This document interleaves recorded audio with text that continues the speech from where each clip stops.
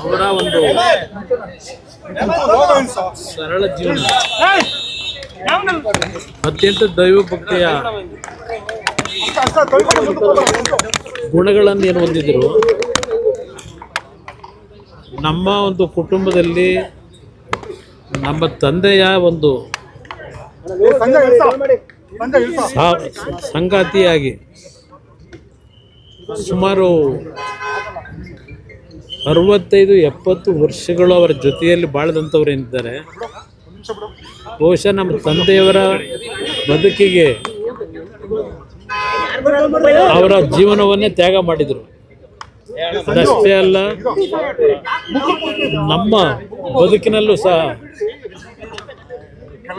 ಒಂದು ತಾಯಿ ಹೃದಯ ಅಂತಕ್ಕಂಥದ್ದನ್ನು ನಮಗೆ ಕಲಿಸಿದ್ರೆ ಅವರಿಂದ ನಾವು ಕಲಿತಂಥದ್ದು. ಒಂದು ಸಣ್ಣ ಹಳ್ಳಿಯಲ್ಲಿ ಜನಿಸಿದಂಥ ನಮ್ಮ ತಾಯಿಯು ಸಹ ಲಕ್ಷಾಂತರ ಕುಟುಂಬಗಳ ಬದುಕಿಗೆ ದಾರಿದೀಪವಾಗಿದ್ದಂಥವರು. ಕಳೆದ 1.5 ವರ್ಷದಿಂದ ಆರೋಗ್ಯದ ಸಮಸ್ಯೆಗಳು ಏನು ಪ್ರಾರಂಭ ಆಯಿತು ಅವರಿಗೆ.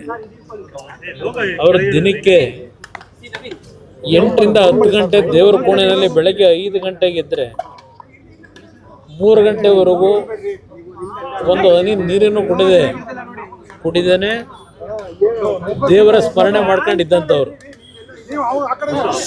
ನಾವು ನಮ್ಮ ಒಂದು ರಾಜಕೀಯದ ಬದುಕಿನಲ್ಲಿ ನಾವೇನಾದ್ರು ಸ್ವಲ್ಪ ಒಳ್ಳೆ ಬುದ್ಧಿ ಕಲ್ತಿದ್ರೆ ನಾವುಗಳು, ಅವರು ಕಲಿಸಿದಂಥ ಬುದ್ಧಿ ಕಳೆದ 4 ದಿನಗಳಿಂದ, 4 ದಿನ ಅಷ್ಟೇ ಅಲ್ಲ, ಕಳೆದ 1 ವರ್ಷದಿಂದ ಅವರು ಪ್ರತಿನಿತ್ಯ ಪಡ್ತಾ ಇದ್ದಂಥ ಯಾತನೆಯನ್ನು ನಾವು ನೋಡ್ತಾ ಇದ್ವಿ.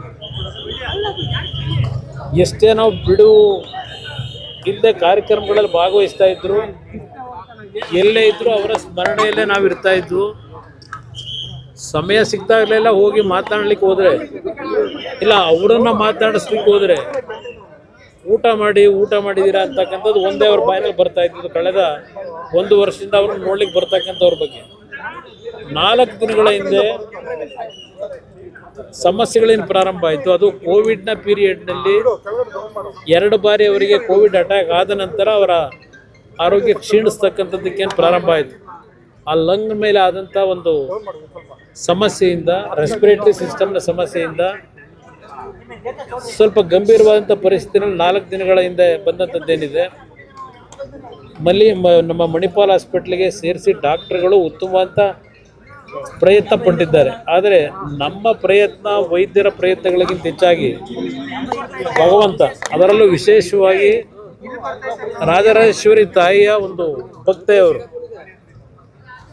ಪ್ರತಿ ಶುಕ್ರವಾರ ರಾಜರಾಜೇಶ್ವರಿ ದೇವಸ್ಥಾನಕ್ಕೆ ಕಳೆದ ಒಂದು 35-40 ವರ್ಷಗಳಿಂದ ಹೋಗ್ತಾ ಇದ್ದಂಥವ್ರು ಪ್ರತಿ ಶುಕ್ರವಾರ.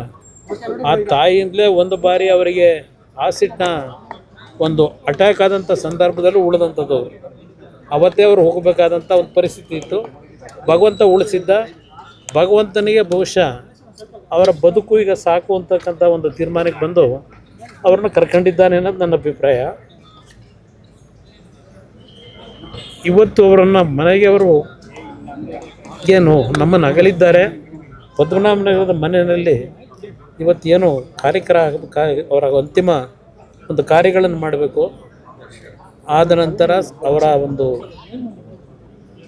ಲಕ್ಷಾಂತರ ಕುಟುಂಬದ ಸದಸ್ಯರುಗಳು ಅವರಿಂದ ಏನು ಜೀವನ ಕಂಡಿದ್ದಾರೆ, ಅವರುಗಳು ಸಹ ನೋಡ್ಲಿಕ್ಕೆ ಬರ್ತಕ್ಕಂಥವರಿಗೆ ಒಂದು ಅವಕಾಶ ಕಲ್ಪಿಸ್ತಕ್ಕಂಥದ್ದು ನಮ್ಮ ಕರ್ತವ್ಯ ಇದೆ. ಬಹುಶಃ ನಾಳೆ 11 ಗಂಟೆ ಮೇಲೆ ಅವರು ಜನ್ಮ ಕೊಟ್ಟಂಥ ಸ್ಥಳ ಹಾಸನ ಜಿಲ್ಲೆ, ನಮ್ಮ ತಂದೆಗೆ ಜನ್ಮ ಕೊಟ್ಟಂಥ ಸ್ಥಳ, ಅಲ್ಲಿಗೆ ಅವರನ್ನು ಶರೀರವನ್ನು ತೆಗೆದುಕೊಂಡು ಹೋಗ್ತಕ್ಕಂಥದ್ದಕ್ಕೂ ತೀರ್ಮಾನ ಆಗಿದೆ. ಮನೆಗೆ ಹೋದ ನಂತರ ಮುಂದಿನ ಕಾರ್ಯಗಳೇನು ಅಂತಕ್ಕಂಥದ್ದು ತೀರ್ಮಾನಗಳನ್ನು ಎಲ್ಲ ಸೇರಿ ಮಾಡಬೇಕು ಅಂತ ಇದ್ದೇವೆ. ಅದ್ರ ಜೊತೆಗೆ ಎಲ್ಲರ ಅಭಿಪ್ರಾಯ ಹೊಂದಿದೆ. ಅವರ ಹುಟ್ಟಿರ್ತಕ್ಕಂಥ ಹುಟ್ಟೂರಿನಲ್ಲೇ ಕಾರ್ಯಕ್ರಮ, ಇದು ಅಂತಿಮ ಸಂಸ್ಕಾರಗಳಾಗಬೇಕು ಅಂತಕ್ಕಂಥದ್ದು ಒಂದು ಭಾಗ ತೀರ್ಮಾನ ಇದೆ. ಬಹುಶಃ ಮನೆಯಲ್ಲಿ ಎಲ್ಲರ ತೀರ್ಮಾನ ಚರ್ಚೆ ಮಾಡಿದ ನಂತರ ರಂಗನಾಥ ಸ್ವಾಮಿ ದೇವಸ್ಥಾನ ಇದೆ, ಮಾವಿನಕೆರೆ, ಒಂದು ಪವಿತ್ರವಾದಂಥ ದೇವಸ್ಥಾನದ ಅಡಿಯಲ್ಲಿ ಒಂದು ಸನ್ನಿಧಾನದಲ್ಲಿ ಅಂತಿಮವಾದಂಥ ಕ್ರಿಯೆಗಳನ್ನು ಮಾಡ್ತಕ್ಕಂಥದ್ದು ಒಂದು ಚರ್ಚೆ ಇದೆ. ಆ ಒಂದು ನಿಟ್ಟಿನಲ್ಲಿ ಮನೆಗೆ ಹೋದ ನಂತರ ತೀರ್ಮಾನ ಮಾಡ್ತೀವಿ. ಸಾರ್ವಜನಿಕ ಅವರನ್ನು ಅಂತಿಮ ದರ್ಶನ ಪಡೀತಕ್ಕಂಥದ್ದಕ್ಕೆ ಪದ್ಮನಾಭನಗರದ ಮನೆಯಲ್ಲಿ ವ್ಯವಸ್ಥೆಗಳನ್ನು ಮಾಡ್ತಾ ಇದ್ದೇವೆ. ಸ್ವಲ್ಪ ಜನ ಜಾಸ್ತಿ ಆದರೆ ಪದ್ಮನಾಭನಗರದಲ್ಲೇ ಮೈದಾನ ಇದೆ, ಅಲ್ಲಿ ನೋಡಿಕೊಂಡು ತೀರ್ಮಾನ ಮಾಡ್ತೀವಿ. ಬಟ್ ಅವರ 11 ಗಂಟೆ ಮೇಲೆ ನಾಳೆ ಹಾಸನ ಜಿಲ್ಲೆಗೆ ಅವರ ಪಾರ್ಥಿವ ಶರೀರವನ್ನು ತೆಗೆದುಕೊಂಡು ಹೋಗ್ತಕ್ಕಂಥದ್ದಕ್ಕೆ ಅಂತಿಮ ನಿರ್ಣಯ ಮಾಡ್ತೀವಿ. ಅಂತ್ಯಕ್ರಿಯೆ 2-3 ಸ್ಥಳದ ಬಗ್ಗೆ ಸ್ವಲ್ಪ ಚರ್ಚೆಗಳಿದೆ.